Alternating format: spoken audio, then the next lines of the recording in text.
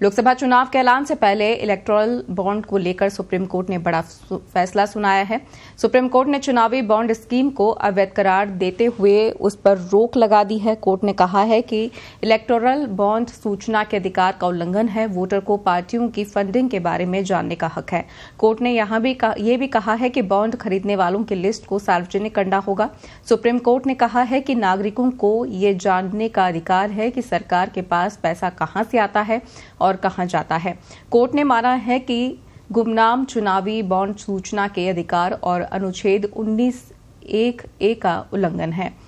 CJI ने फैसला सुनाते हुए कहा है कि इलेक्टोरल बॉन्ड के अलावा भी काले धन को रोकने के लिए दूसरे तरीके हैं।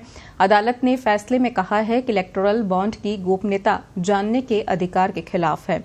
राजनीतिक दलों की फंडिंग के बारे में जानकारी होने से लोगों को मताधिकार का इस्तेमाल करने में स्पष्टता मिलती है। फैसला सुनाते हुए सीजेआई ने कहा है कि राजनीतिक दलों की फंडिंग की जानकारी उजागर न करना मकसद के विपरीत है। एसबीआई को 12 अप्रैल 2019 से लेकर अब तक की जानकारी सार्वजनिक करनी होगी। एसबीआई को ये जानकारी चुनाव आयोग को देनी होगी। वहीं इलेक्शन कमीशन इस जानकारी को साझा करेगा। एसबीआई को 3 हफ्ते के भीतर ये जानकारी देनी होगी। योजना को सरकार ने 2 जनवरी 2018 को अधिसूचना किया था। इसके मुताबिक चुनावी बॉन्ड को भारत के किसी भी नागरिक या देश में स्थापित इकाई खरीद सकती है। कोई भी व्यक्ति अकेले या अन्य व्यक्तियों के साथ संयुक्त रूप से चुनावी बॉन्ड खरीद सकता है।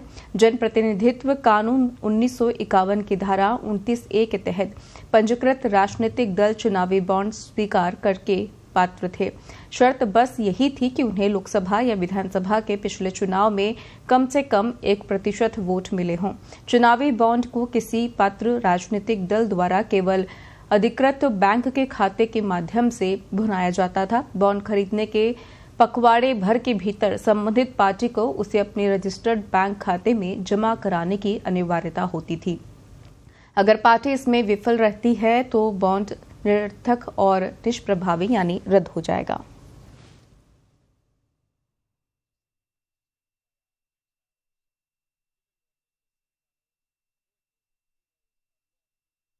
आज एक बहुत ही महत्वपूर्ण फैसला सुप्रीम कोर्ट ने दिया, जिसका कि बहुत लंबा असर होगा हमारी पूरी चुनावी लोकतंत्र के ऊपर।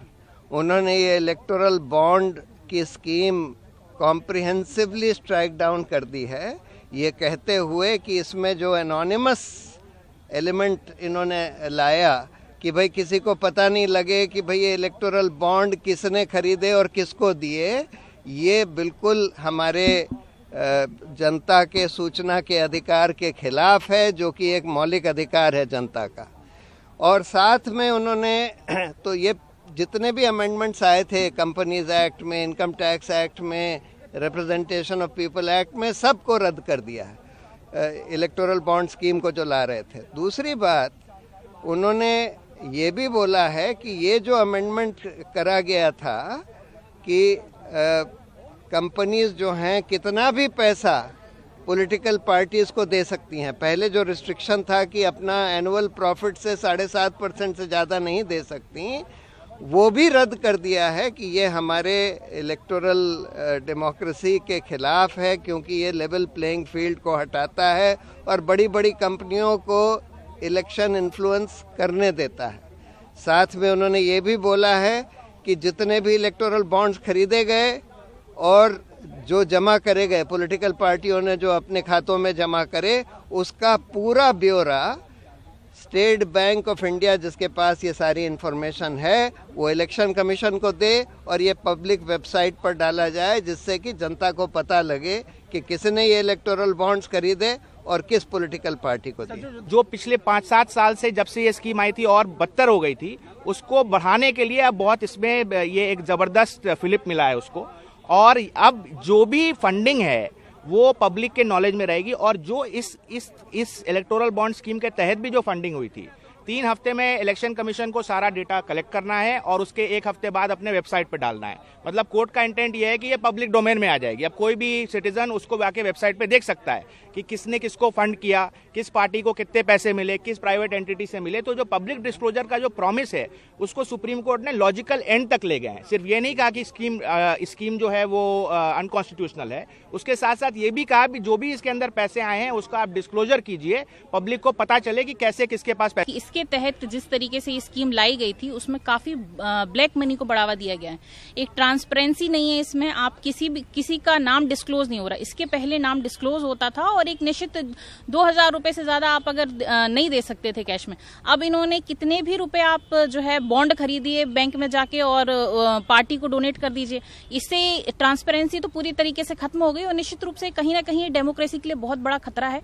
तो मैंने इसमें पिटीशन दायर करी थी कि इस स्कीम को रद्द किया जाए। It should be transparent. निश्चित रूप से देखिए ये तो इम्पोर्टेंट है ही, जब तक नाम डिस्क्लोज नहीं होगा तब तक काफी सारे मुद्दे हैं जो सामने आएंगे और काफी सारी परेशानियों को साथ लेके आएंगे।